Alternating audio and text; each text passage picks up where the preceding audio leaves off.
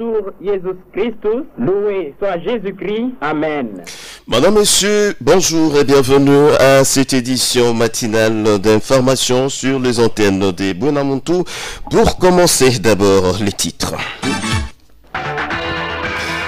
Quand tu as reçu, dis merci comme Marie, c'est les sous-thèmes décortiqués hier à Saint-Philippe, Kassabouvou, par l'abbé Blaise Kanda. C'était en prélude de la 30e année de vie sacerdotale de l'abbé curé de cette paroisse.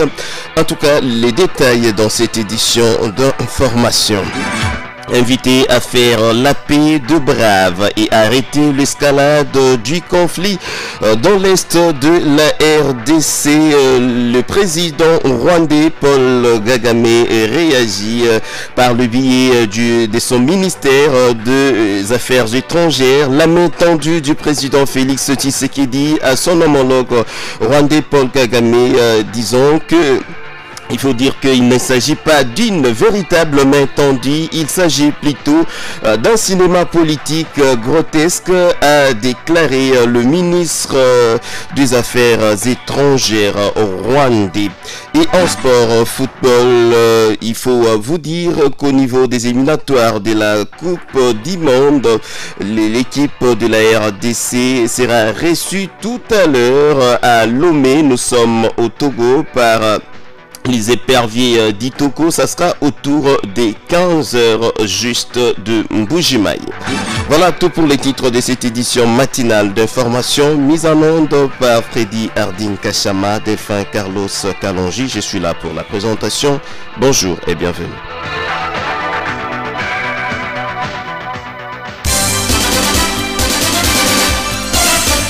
Radio Télé Fraternité, c'est l'actualité à la vitesse du monde.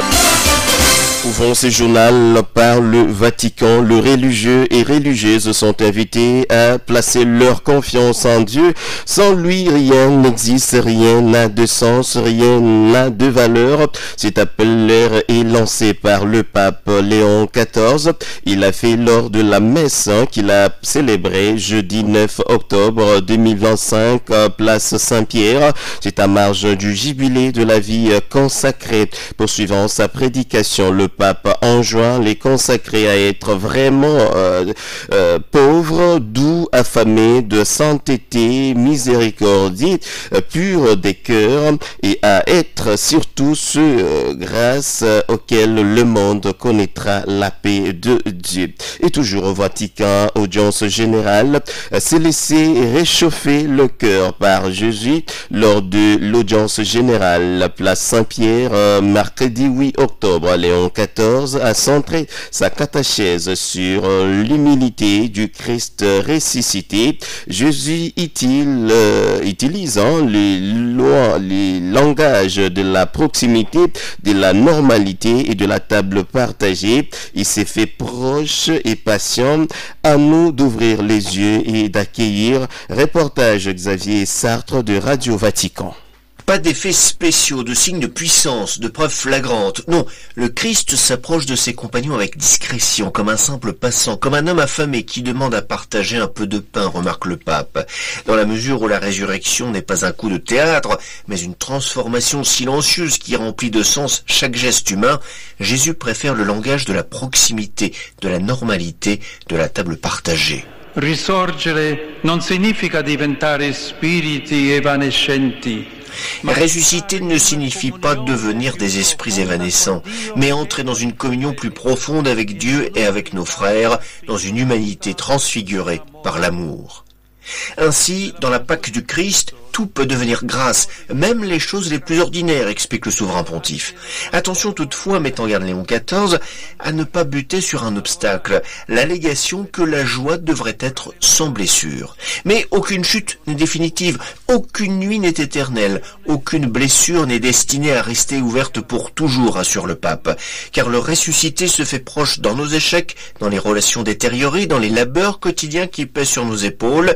Il attend juste le moment où nos yeux s'ouvriront pour voir son visage amical, capable de transformer la déception en attente confiante, la tristesse en gratitude, la résignation en espérance. Du Vatican au diocèse de Mbuji-Mayi, poursuite hier jeudi 9 octobre de 3 jours de prière organisés à la paroisse Saint-Philippe Kasavubu en prélude du 30e anniversaire de vie sacerdotale de l'abbé Théodore Chiekele Mbukula, curé de cette paroisse. Cette deuxième journée, lors de cette deuxième journée, l'abbé Blaise Konda a décortiqué le sous-thème intitulé « Quand tu as reçu, dis merci comme Dieu ». L'homme de Dieu a recommandé aux fidèles de rendre gloire au Seigneur comme Marie avait dit « Mon cœur exalte le Seigneur parce qu'il a regardé la petitesse de son serviteur. Exalter Dieu, c'est lui rendre gloire. » Poursuivant, l'abbé Blaise a demandé aux chrétiens venus pour la circonstance de rendre gloire et dire merci à Dieu pour les dons de vie. Lors de cette deuxième journée, le curé de Mpundé a remis un lot important de pagne aux mamans de Saint-Philippe Kasavubu pour soutenir cette fête qui marque le 30e anniversaire de vie sacerdotale du curé de Saint-Philippe Kasavubu. Le papa et les jeunes vont et aussi recevoir ces pagnes ce vendredi. Ces journées de prière, ces clôtures ce même vendredi à la paroisse Saint-Philippe Kasavubu. Comme d'habitude, initialement prévu, les paroissiens d'Mpundé qui ont toujours l'habitude de prier toute la journée de ce vendredi vont faire une marche de la paroisse Notre-Dame de l'Espérance Mpundé pour aller chiter à la paroisse Saint-Philippe Kasavubu où ils vont prier ensemble avec le fidèle de Saint-Philippe Kasavubu. Et l'année scolaire 2025-2026 sera officiellement ouverte demain samedi 11 octobre 2025 au diocèse de Mbuji-Mayi. Ça sera au cours d'une sainte Eucharistie qui présidera l'ordinaire du lieu Monseigneur Manuel Bernard Kassonda à la cathédrale Saint-Jean-Baptiste de Bonzola. Dans une interview accordée à la radio diocésaine, les coordonnateurs diocésains a précisé que ce rendez-vous est un moment pour placer l'année en cours dans le main du Seigneur. Stanislas Kabeya Chibaka a invité les enseignants et élèves à venir nombreux à cette messe. Les élèves des écoles périphériques devront se faire représenter. On l'écoute au micro de votre radio. On a eu à tenir avec le coordonnateur provincial une réunion. Pendant cette réunion, on avait communiqué aux enseignants comme quoi le 11, nous allons tous nous retrouver à la cathédrale pour une messe, une grande messe qui sera dite pour une messe de l'année scolaire 2025, une messe d'ouverture de l'année scolaire. C'est pas un jour de congé, ils doivent comprendre, nous devons nous retrouver, c'est notre façon de remettre toutes nos activités de cette année entre les mains du Seigneur et que les élèves aussi peuvent comprendre, les élèves de grandes écoles de la colline peuvent se représenter, les écoles qui sont un peu loin de notre cathédrale, bon, même par représentation, les élèves on peut choisir une trentaine d'élèves, pourquoi pas.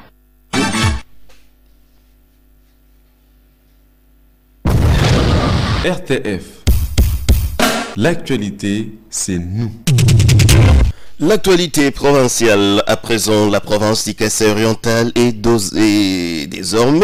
a désormais les sièges provinciaux de l'Agence congolaise de l'environnement ACERDC. C'est pour l'espace Grand Kasaï. La cérémonie officielle d'installation a été présidée jeudi 9 octobre 2025 au siège de cette structure. Détail avec Hortense Mpinda Chimanga.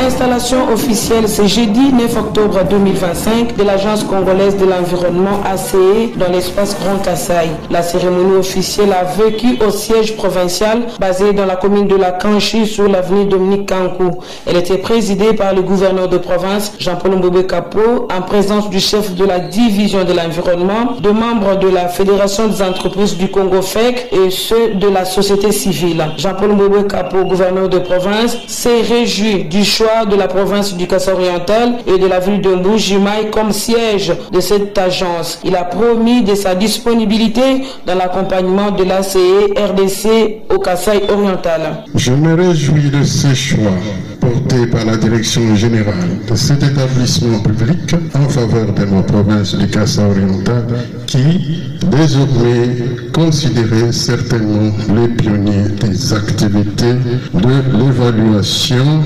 environnementale et sociale parmi les autres provinces qui relèvent de cette direction provinciale de l'Agence congolaise de l'environnement.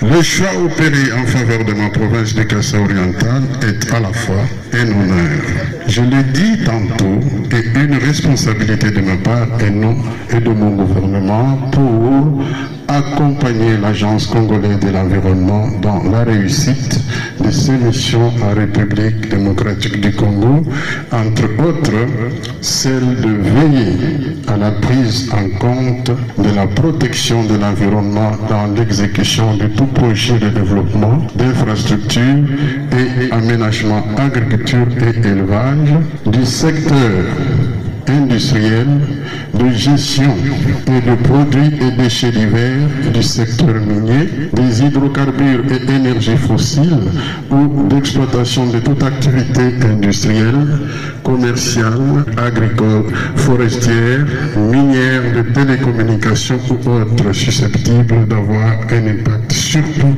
négatif sur l'environnement et la santé humaine. Pour le directeur national de l'Agence congolaise de l'environnement, il a commencé par donner l'historique de cette agence qui existe déjà dans d'autres provinces de la République démocratique du Congo et qui est installée aujourd'hui au Kasaï-Oriental. Il donne la mission de l'Agence congolaise de l'environnement. L'Agence congolaise de l'environnement a pour mission l'évaluation, l'approbation de l'ensemble des études environnementales et sociales, le suivi de leur mise en œuvre, ainsi que le contrôle environnemental de tous les projets de développement ou d'activités susceptibles de porter atteinte aux composantes environnementales. À ce titre, elle veille à la prise en compte de la protection de l'environnement dans l'exécution de tout projet de développement, d'infrastructures et aménagement, d'agriculture et élevage, des ressources naturelles renouvelables,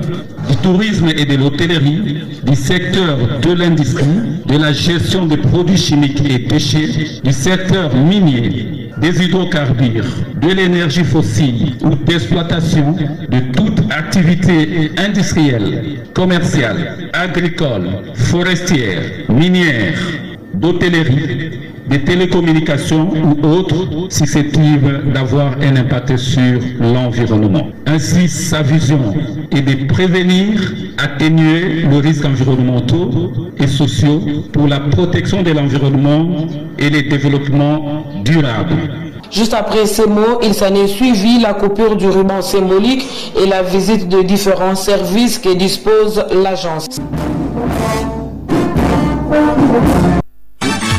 Juste après ce journal, vous allez suivre une émission spéciale avec le directeur de l'ACE RDC, Jean-Claude Eman, qui va s'entretenir avec Hortense Mpinda Chimanga. Initialement prévu en novembre 2025, la production de premiers sacs de ciment, ou plutôt du ciment de la cimenterie de Katanda, est renvoyée en mars 2026. L'entreprise chinoise West International Holding Limited, en charge des travaux, dit connaître du retard, notamment dans l'acheminement de matériel de construction et des montages de l'usine de production du ciment. À cela s'ajoute aussi la lenteur administrative. Ces difficultés ont été expliquées mardi 8 octobre 2025 au gouverneur de province Jean-Paul Mbouéboué Capo lors de sa descente sur le site du projet. L'autorité provinciale s'est donc rendue compte de l'état d'avancement des travaux de construction de la cimenterie basée dans la cité de Kaboué, territoire de Katanda, à environ 14 km de la ville de Mbuji-Mayi, plusieurs mois après la pose de la première pierre. Après l'accueil et les honneurs policiers, j'arrive, l'autorité provinciale a été conviée à une séance de travail dans la salle de réunion de la base de vue de la société. Ensuite, s'en est suivi la visite du site d'exploitation sous le guide du directeur général adjoint de l'entreprise. Le projet des stations de broyage de ciment est toujours en attente de matériel pour son montage. Actuellement, l'entreprise s'attelle à l'assainissement du terrain avec les travaux de génie civil. Nicolas Katende, directeur général adjoint de West International Holding Limited, Kasai Cement, revient ici sur la visite du gouverneur des provinces sur le site. Nous l'avons conduit d'abord les bases vie parce qu'il y a l'administration et après l'administration nous avons deux bases vie là où sera logé nos frères congolais et là où aussi sera logé nos partenaires chinois. Nous avons aussi essayé de visiter les travaux de génie civil déjà réalisés. Il a vu l'atelier là où sera stocké les pièces de rechange, cela veut dire de toute l'usine ainsi que les charrois qui accompagne l'usine à la production et aussi le présenter la fondation déjà réalisée toujours à 90% là où sera érigé le broyeur. Nous lui avons aussi présenté et même les matériels, là où on a stocké les matériels pour la fondation. Comme on l'avait expliqué, ça c'est la première phase parce que pour produire le ciment avec toutes les histoires ensemble, il nous fallait aussi avoir l'énergie, au moins 20 mégas pour produire 1,2 million, une capacité, mais ça c'est la deuxième phase. Avec la première phase, au moins 75% des matériels finis comme intrant, qu'on appelle clinker, viendra de Silou parce que Silou c'est le groupe, c'est notre holding qui l'a déjà acheté. Et on va juste mélanger ici avec la calcaire de Katanda. Avec une capacité de production annuelle estimée à 600 000 tonnes, la cimenterie de Katanda est un ambitieux projet pour la province du Kasaï oriental. Le gouverneur des provinces, Jean-Paul Mbwebwe Kapo, a profité de l'occasion pour lancer un message à toute la population à soutenir ces projets. Je voudrais demander à la population vraiment de pouvoir accompagner le chef de l'État, accompagner le gouvernement provincial, puisque c'est à travers les efforts qu'il est en train de faire que nous sommes en train de réaliser cette usine de cimenterie dans notre province du Kasaï oriental. Nous saluons les efforts fournis par les constructeurs. Nous sommes sur terrain, nous avons vu l'évolution. En tout cas, l'évolution est bonne et nous en sommes vraiment satisfaits. De propos recueillis par Sabin Misakabu Mbouyi. Grâce à Enabel, à travers son projet éducation de base, les inspecteurs exploitants du primaire et du secondaire de Poul, Mbujimaï 2 et Katanda 2 sont sur le banc du savoir. Ils suivent du 9 au 15 octobre 2025 dans la salle Prof Cham une formation de maître formateur sur la gestion, le classement, l'inventaire et la conservation des ressources didactiques, la recherche documentaire ainsi que la fabrication et l'utilisation des matériels didactiques à partir des ressources locales. L'atelier ouvert par le Proved symphorien Capitaine Pongo est facilité par des inspecteurs généraux adjoints venus de Kinshasa. Pendant 6 jours, les participants vont suivre plusieurs modules sur la mathématique. Louis Moulumba Sanza, inspecteur principal provincial adjoint chargé de la formation et modérateur de la formation, revient sur les objectifs des assises. Il est au micro de Sabin Misaka Bomboyi. L'objectif général, c'est contribuer à l'amélioration de la qualité de l'enseignement et de l'apprentissage dans les établissements scolaires par une gestion efficace, organisée et durable des ressources didactiques. Pour les objectifs spécifiques, par exemple, renforcer les compétences des participants dans la gestion, le classement, l'inventaire, la conservation des ressources didactiques et la recherche documentaire. pouvons aussi parler de amener les participants à identifier et adopter des stratégies efficaces pour renforcer des compétences auprès des chefs d'établissement et des enseignants. Nous avons pris en priorité les inspecteurs. Et Nabel travaille avec le pôle Bujimaï 2 et Katanda 2. Mais en ce qui concerne d'autres pôles, on a pris par-ci par-là les pôles de Bujimaï 1 et aussi Bujimaï 3. Par-ci par-là, parce qu'au total, nous avons 8 pôles.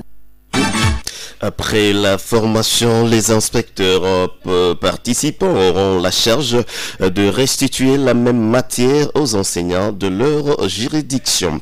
Poursuite, jeudi 9 octobre 2025, dans la salle de l'INPP de la réunion du Conseil provincial de la décentralisation, les animateurs des entités territoriales décentralisées, en l'occurrence la ville de Mbujimaï, les communes urbaines et rurales, les secteurs partagent leurs expériences et font un état de lieu de leurs entités respectives dans le cadre du processus de mise en œuvre de la décentralisation.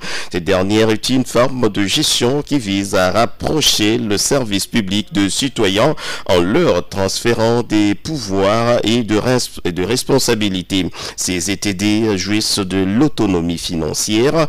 Pour le professeur Valérie Kabina Koulula, participant à cette réunion, le moyen doivent suivre la décentralisation dont la mise à niveau des animateurs.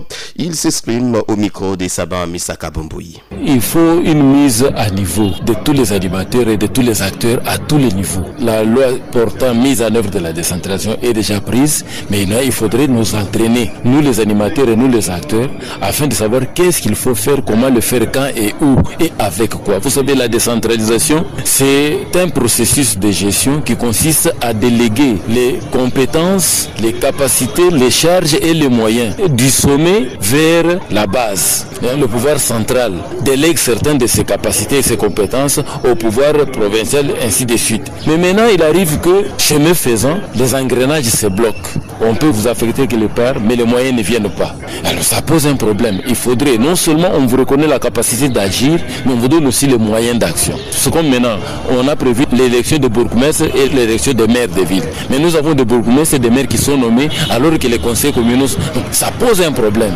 C'est pourquoi de telles entorses doivent être soulevées dans les conseils provinciaux sur la décentralisation afin qu'on corrige les erreurs et qu'on balise les jalons pour l'avenir. Cette réunion se termine ce vendredi avec l'installation officielle du Conseil provincial de la décentralisation. Elle bénéficie de l'appui de l'Agence belge des coopérations internationales et Nabel.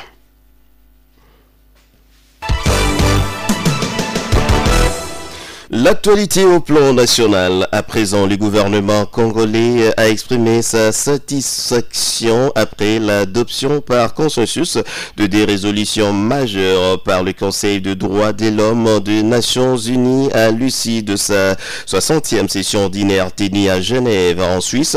Ce texte porte sur la situation des droits humains dans l'Est de la République démocratique du Congo et sur l'appui technique en matière de renforcement des capacités. Dans un communiqué publié jeudi 9 octobre 2025 par le ministère des Affaires étrangères, il a salué ces résolutions, les qualifiant de décisives pour la protection des populations et stabilité régionale.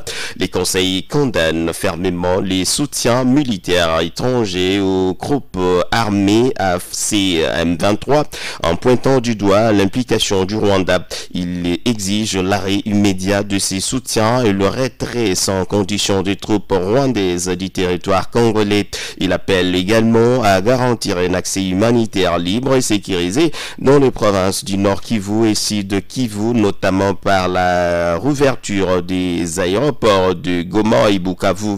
Autre Décision clé, l'activation urgente de la commission d'enquête indépendante créée en février 2025 qui remplace la mission d'établissement de faits du haut-commissaire dont le mandat est arrivé à son terme. Les conseils prévoient en outre la présentation régulière du rapport devant ces instances et l'Assemblée générale des Nations unies afin d'assurer un suivi rigoureux de la situation. Selon Kinshasa, ces résolutions mettent en lumière les efforts du gouvernement visant à promouvoir et protéger les droits humains sur l'ensemble du territoire. Elle réaffirme également l'engagement du Conseil à accompagner la RDC à travers une assistance technique ciblée et un renforcement des capacités dans des secteurs clés. Enfin, les gouvernements réitèrent sa volonté d'appliquer les recommandations formulées de lutte contre l'impunité et de garantir la sécurité de toutes les populations, en particulier les femmes,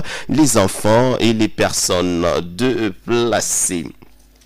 Et comme je le disais tantôt en titre, le président congolais Félix-Antoine Tshisekedi Tshilombo a lancé jeudi un appel solennel à son homologue rwandais Paul Kagame, l'invitant à faire la paix de brave et à arrêter l'escalade du conflit dans l'est de la RDC. Je vous avais proposé de travailler ensemble, de rapprocher nos peuples et nos communautés pour leur développement et leur bien-être, a déclaré Félix-Antoine Tshisekedi Tshilombo lors de son intervention au Global Gateway Forum organisé par l'Union européenne le 9 et le 10 octobre. On l'écoute. Nous avions des tensions pour vous proposer de travailler ensemble, de rapprocher nos peuples, nos communautés pour le développement et le bien-être de celles-ci. À aucun moment, je n'ai affiché une attitude belliqueuse, quelle qu'elle soit, à l'égard du Rwanda ou de l'Ouganda ou d'un autre de nos 9 voisins. Aujourd'hui, nous vivons cette situation et nous sommes les deux seuls capables d'arrêter cette escalade. Je le dis en prenant à témoin le président Joao Lourenço, notre président actuellement de l'Union africaine, dont je rends d'ailleurs un hommage particulier pour son implication dans cette crise et qui, comme vous le savez, était à quelques encablures de la régler définitivement. Mais malheureusement, sans aucune raison, en tout cas je n'en ai jamais entendu jusqu'à ce jour, vous avez boycotté cette cérémonie alors que nous étions à 98% déjà de recouvrer une paix durable. Mais il n'est pas trop tard pour bien faire. Et c'est pour ça que je prends à témoin ce forum et à travers lui le monde entier pour vous tendre la main, Monsieur le Président, à ce que nous fassions la paix des braves. Et cela demande que vous donniez l'ordre aux troupes du M23 qui sont soutenues par votre pays d'arrêter cette escalade qui a fait suffisamment de morts comme ça. Nous les comptons par millions depuis des années. L'histoire nous jugera. Il est temps d'arrêter et de nous tourner vers la paix et le développement.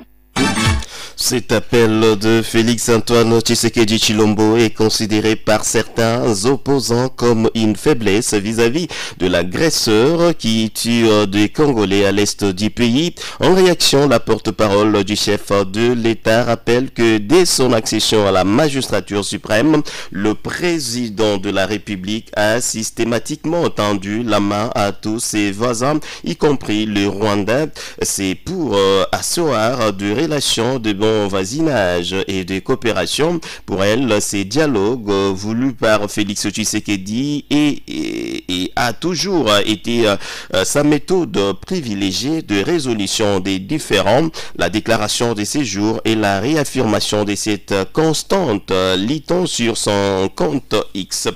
Et toujours dans ce même registre, la main tendue du président Félix Tshisekedi à son homologue rwandais Paul Kagame lors du Forum mondial global à Bruxelles a trouvé un écho favorable au sein de la coalition au pouvoir en RDC. L'Alliance de démocrates pour le progrès, ADP, parti politique de L'ancien ministre des Affaires étrangères, Christophe Lutundula Pala, a salué cette ouverture qui ne doit pas être interprétée comme un acte de faiblesse ni de naïveté. Cette formation politique, membre de l'Union sacrée, espère que le président Kagame saisira cette nouvelle opportunité pour la paix, la coexistence pacifique et le renforcement des liens fraternels entre le peuple congolais et rwandais. Le parti de Christophe Lutundula Apala a également saisi cette occasion pour féliciter le président de la République pour les perspectives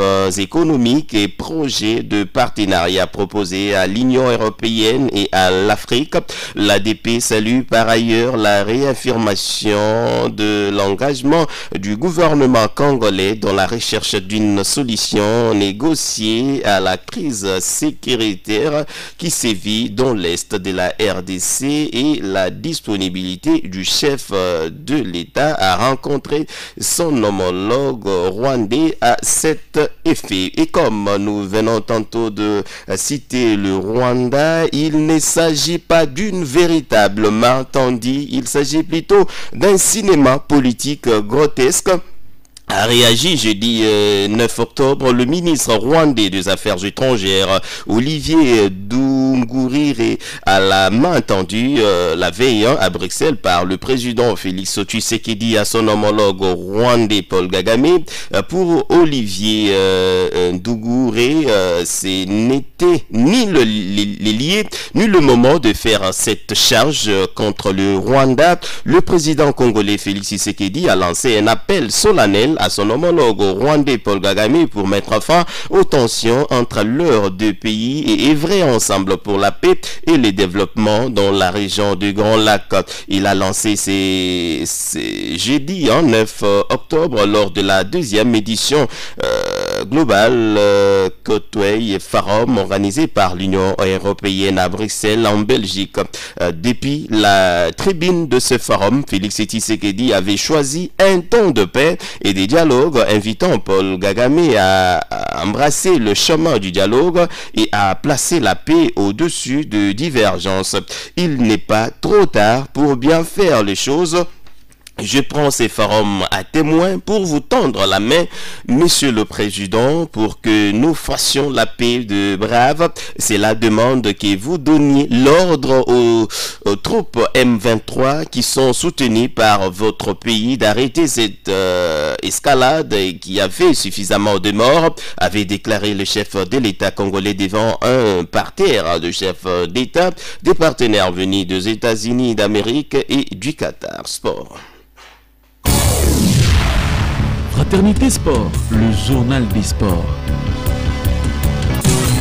L'actualité sportive à présent, éliminatoire, la Coupe du Monde,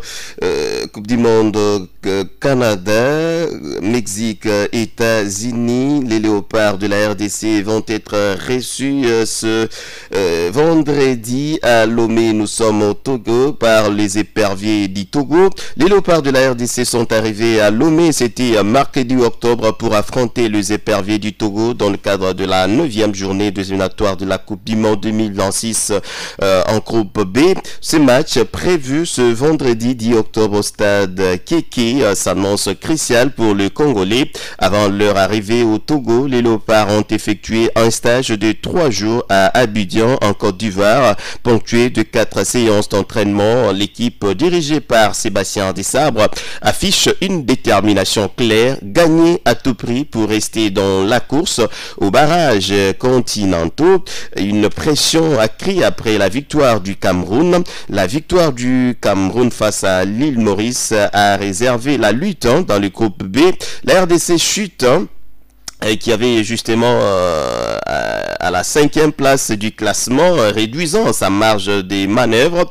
Seule une victoire contre les Togo permettrait aux léopards de garder espoir pour une qualification pour jouer justement la fenêtre de barrage.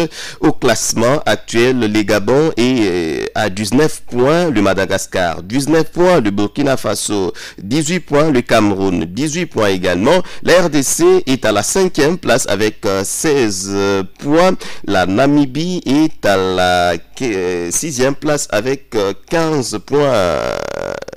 Derrière la RDC, les Léopards vont jouer tout à l'heure à 15h. 15h juste au stade Kaké. Nous sommes à Lomé au Togo. Ils seront reçus à 15h par les éperviers du Togo. Mais hier, les Léopards se sont entraînés au stade Kaké à Lomé. C'était autour de 13h. Et l'objectif de ces jours, c'est de gagner à tout prix cette rencontre de cet après-midi. Et voilà qui vient mettre complètement un terme à cette édition matinale d'information qui a été réalisée par Freddy Harding Kachama. Merci de l'avoir suivi.